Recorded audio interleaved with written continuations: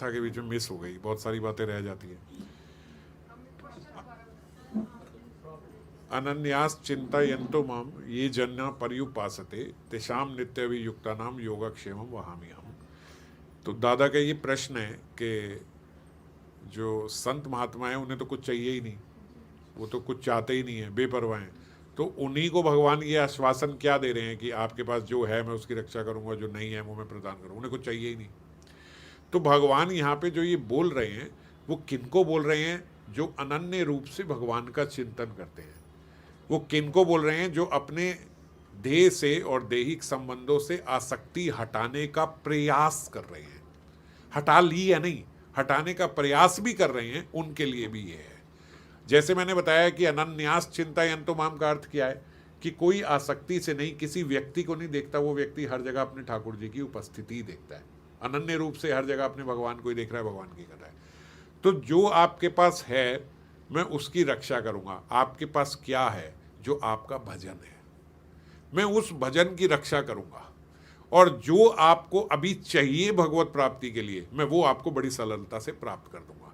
जो है उसकी मैं रक्षा कैसे करूंगा कि जैसे ही आप बिगड़ने लगोगे वो भगवान स्ट्रिक्ट हो जाएंगे, वो नहीं लेने देंगे। आप उल्टे टंग जाओ मगर आप इंद्रिय तृप्ति नहीं कर पाओगे। मैंने बोला ना, अपनों के साथ भगवान बहुत स्ट्रिक्ट हो जाते हैं। क्यों? क्योंकि उन्होंने प्रण लिया है जो तेरे पास है मैं उसकी रक्षा करूंगा। इस धन को मैं गंवाने नहीं दूंगा तेरे को इधर उधर किसी भी चीज में, ये यहीं रहेगा। और अब भगवत प्राप्ति के लिए जो चाहिए वो मैं तुझे दूंगा।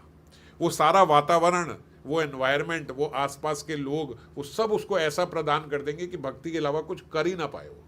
उसके बाद ऑप्शन ही ना रहे कि मैं भजन के अलावा क्या ही कर सकता हूँ। सब छिन जाएगा, केवल यही कि बस भक्ति ही कर सकता है सब। तो जो भी वो करेगा वो क्या करेगा? भजन ही रह गया बस, और कुछ है ही नहीं। और जो उसके पास है वो कहीं खर्च भी नहीं करने देंगे। हम अपने भजन को बड़ी जल्दी खर्च कर दे रहे हैं। हे भगवान, ऐसे ऐसे महानुभाव हमारे यहाँ पे बैठे हैं, वो छोटी छोटी बातों में अपने संसार में बोलते हैं। छोटी सी, चलो मैं गाड़ी में लेट हो रही थी, जल्दी पहुंचना था, मैंने कहा भगवान मेरी जितनी भक्ति है ले लो, बस मुझे जल्दी पहुंचा दो। 2-4 किलोमीटर के लिए सारी भक्ति दे दी उन्होंने। इतने सस्ते में भक्ति बढ़ रही है यहाँ पे। तो भगवान क्या करें कि मैं आपको, हम जो ऐसी ऐसी कुछ बातें करते, कुछ भी बोल ले वहीं लटका रहेगा, नहीं पहुंचेगा। अब तो बिल्कुल नहीं पहुंचेगा। क्यों? क्योंकि मैं तेरी भक्ति तुझे लुटाने नहीं दूंगा। जो भी हुई है मैं उसकी रक्षा करूंगा, और जो नहीं है वो मैं प्रदान करूंगा। तो ये भक्ति के विषय में है, गाड़ियों के और घरों के विषय में नहीं है। आपको भगवान एक घर कम रह गया, बस पड़ोसी के 4 है, मेरे 3 है वो मिल जाए वो भगवान घर दे देंगे। नहीं, वो नहीं है। संसारिक वस्तु के लिए नहीं है, उसके भजन क्यों? इसीलिए तो अनन्य भक्तों के लिए है। अनन्यास चिंता आम वालों के लिए है, संसारिकों के लिए नहीं है। ये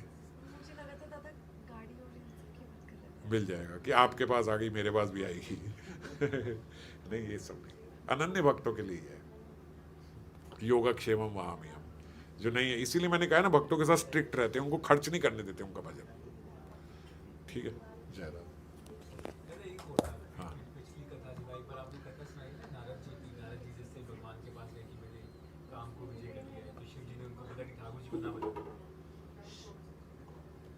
ठाकुर जी के पास गए तो उन्होंने उसको बोला कि हाँ बहुत अच्छा, तुम्हारा तो कोई स्मरण भी कर लेगा ना, उसका भी काम नष्ट हो जाएगा, तुमने कर लिया जाए तो क्या बड़ी बात है। उसके बाद जब वो बाहर निकले तो उनपे तुरंत उनपे माया ने अटैक किया। उनको ऐसे लगा किसी नगर में प्रवेश कर रहे हैं और आगे स्वयंवर रचा जा रहा है, तो उसमें वो घुसते चले गए। तो पूरा एपिसोड हुआ। उसके बाद उनको होश आया कि भाई ये तो माया, ये तो माया के दर्शन कर रहा है। तो नारद जी अपने स्वरूप में है तो वो माया के दर्शन कर रहे हैं। हम अपने स्वरूप को भूले हुए दूसरे एक टेम्परेरी बॉडी में है, फिर माया को दर्शन कर रहे हैं, तो हमारे ऊपर तो डबल कवर है, हमारी रक्षा कैसे होगी? नारद जी की क्या कह रहे हो कि नारद जी जैसे? नारद जी तो दादा अपने स्वरूप में ही है ना, नारद जी भगवान के भक्त हैं, नारद जी स्वयं है साक्षात। हाँ, उनको भी माया ने भास लिया। तो हम, हमारा एक स्वरूप हमारे को गुरु जी ने बताया, उसके बाद इस शरीर में है, वो दूसरा आ गया, दो और दूर है। इतने सारे सूक्ष्म शरीर, कारण शरीर, इतने सारे आवरण है कि उनकी कोई नहीं। तो हमारी रक्षा कैसे? देखो, जो अपने स्वरूप में है ना, उस पे तो आवरण आता है। वो तो एक्चुअली वो भगवान की महामाया नहीं है, वो होती तो योग माया ही है। कभी महामाया का एक जैसे थोड़ी देर के लिए रूप ले लिया उस योग माया ने। क्योंकि क्या हुआ, जैसे ही भगवान को देखा आगे से क्या हटी कैसे माया? बस देखा साक्षात हरि जो है वो गलबैयाँ दिए किशोरी जी की, ऐसे चलते हुए आ रहे हैं, जैसे ही वो देखा, ये देखा मैं क्या कर रहा हूँ, मैं कौन हूँ, बस 1 मिनट में हट गई। हमारी ऐसे हटती नहीं है। तो उनमें और हम में ये फ़र्क है, जो अपने स्वरूप में ही है ना, उसकी माया तो तुरंत भगवान ऐसे, उस पर तो माया चढ़ाई इसलिए है शॉकिंग की तरह कि थोड़ा मजा ले, समझ गए। ये जो इतना अभिमान आया ना, ये इतना सा भी अभिमान आया, इतना सा, नारद जी के अंदर छोटा सा भी अभिमान आया तो उनको ये दर्शन करा दिए। हमारा जीवन क्या है, हमारा जीवन तो पूर्ण रूप से अभिमान में ही चल रहा है ही अभिमान, और कुछ है ही नहीं। अगर हम ठीक से देखें तो हमारे भीतर केवल अभिमान ही है और कुछ नहीं है। इसीलिए उसका नाम है देह अभिमान। देह अभिमान, देह अभिमान तो है ही ना, उसी के ऊपर सब कुछ चल रहा है, उस अभिमान के ऊपर ही सब कुछ चल रहा है। सारे जितने अन्य अभिमान हैं वो इस अभिमान के ऊपर है कि मैं ये मन्नू हूं, इससे नहीं हिला सकते आप मेरे को। आप जितनी भी बातें बोलो आप गलत हो, क्योंकि मैं मन्नू हूं, मैं आत्मा नहीं हूं। ये हमने पूर्ण रूप से माना हुआ है। माया के ऊपर और स्ट्रॉन्ग माया की काश में बंधु होता। ये तीसरा आवरण है।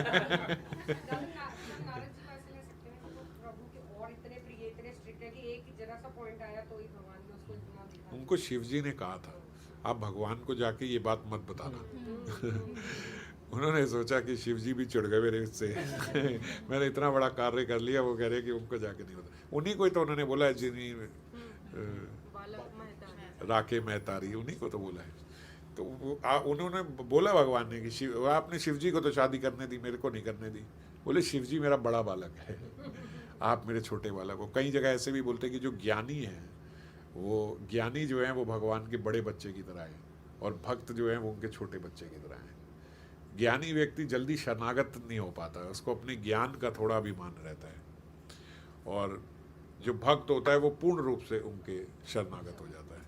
शरणागति में बड़ा बल है। तो जो जैसे हम अपने छोटे बच्चे को प्यार से रखते हैं ना, शरणागत भक्त को भगवान ऐसे ही प्रेम से रखते हैं। जैसे रखें वैसे ठीक है, जैसे रखें। पहले हमें, हमारी शरणागति क्या है, आप जैसे रखो बस ठीक है, जो दे रहे हो वही ठीक है। उसी जो परिस्थिति मुझे मिली है उसी परिस्थिति में भजन करना है। दूसरे की परिस्थिति नहीं देखनी, इनके पास तो ये है, इनके पास तो ये है, ये कर सकते हैं, मैं कैसे कर सकती हूँ, मैं कैसे कर सकता हूँ, इनको तो ये सब कुछ प्राप्त है, ये नहीं देखना। ये शरणागति नहीं है। शरणागत भक्त क्या है, मैं जैसा जहाँ जिस परिस्थिति में हूँ, मेरे लिए वो वही परिस्थिति पर्याप्त है, बेस्ट है भजन करने के लिए। कोई ऐसा है जो ऐसे कहे कि नहीं मेरी परिस्थिति ऐसी है कि मैं इस परिस्थिति में भजन नहीं कर सकता, ऐसा नहीं है। हम सबकी परिस्थिति भगवत कृपा से ऐसी है कि हम उस परिस्थिति में भजन कर सकते हैं। यदि उस परिस्थिति में आप भजन नहीं कर सकते होते तो आप ये सुन ही नहीं रहे होते, आप यहाँ बैठे ही नहीं होते। आप यहाँ बैठे हो, ये प्रमाण है इस बात का कि आप यहाँ जहाँ जिस परिस्थिति में उसमें भजन कर सकते हो, और करना चाहिए। हम खुद आसक्ति हटा दे, बड़ा संतोष प्राप्त होता है, बड़ी सेटिस्फेक्शन मिलती है, भगवान प्रिय लगने लगते हैं, भगवान का दुलार दिखता है। एक चीज आप खुद हटाते हो ना, भगवान का प्रेम मिलता है। और फिर जब आप नहीं हटाओगे, भगवान थोड़ी सी खींच लेंगे, तो उतना प्रेम, उतना दुलार वो सब नहीं लगेगा। फिर रोते चिल्लाते भजन करना होगा। तो वो परिस्थिति आई, उससे बेटर है कि हम अब दूसरे के एक्सपीरियंस से ही सीख जाओ। मैं आपके साथ शेयर ही कर रहा हूं ये सब कुछ। क्यों चाहते हो कि आपके साथ भी वो सब कुछ हो, हम भी उस परिस्थिति में पहुंचे, हम भी हॉस्पिटलों में जाएं, ये सब करें, क्यों चाहते हो ये? मेरे को एक वक्त बोल रहा, मैंने उसको ये सब बताया, बोले आप हॉस्पिटल में जाके सीखा है तो आप हॉस्पिटल में जाके सीखा है ना, हमें क्या मुसीबत है जो हम ये सब करें? हम तो नहीं गए हैं, हमें कैसे पता लगे ये सब? मैंने कहा भैया मन में सोचो, जरा सोचो तो सही, मांग क्या रहे हो भगवान से? अपने लिए ही मुसीबत मांग रहे हो। खुश होना चाहिए, जो गया है वही बता रहा है। हम ना जाए, हम सीख लेंगे भैया क्या सीख के आए हो, हमें यहीं बता दो। समझना होगा। अगर किसी भी विश्वास की कमी है, कहीं पे भी विश्वास नहीं है, तो ऐसा भी कोई व्यक्ति हो सकता है। आप हो तो